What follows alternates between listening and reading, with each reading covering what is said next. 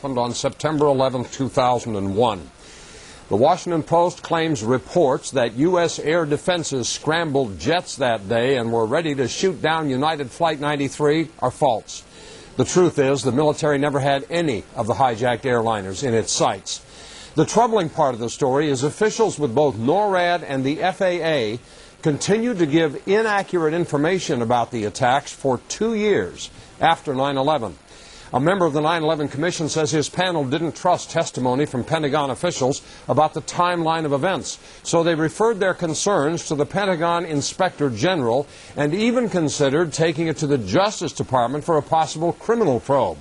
The Pentagon admitted that it did make mistakes, but insists they have since corrected them, and they said they found nothing that indicates the testimony to the 9/11 Commission was knowingly false. Here's the question. What does it mean if the 9/11 Commission thought the Pentagon was not telling the truth about the day of the attacks? Email your thoughts to CaffertyFile@CNN.com or go to CNN.com/CaffertyFile.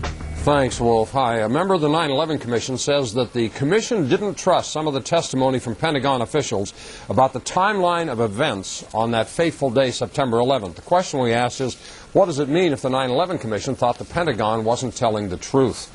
Barry writes from El Cajon, California, business as usual, the chain of command versus accountability, always a difficult balancing act for the military and the civilians supervising them. But that's no excuse for hiding the truth, as people tend not to trust what they cannot see. Gail in Front Royal, Virginia, it means the Pentagon stole the true extent of the heroism shown on Flight 93 from those amazing people just to cover their butts.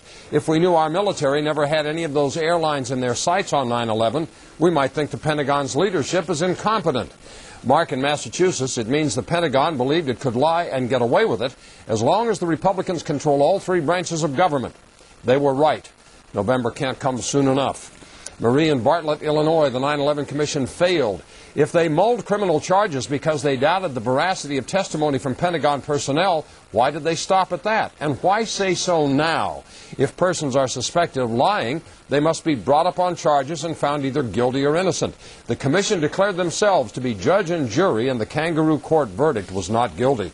Paul in Rockville, Maryland, I think it means someone on the 9/11 Commission actually bothered to read the report.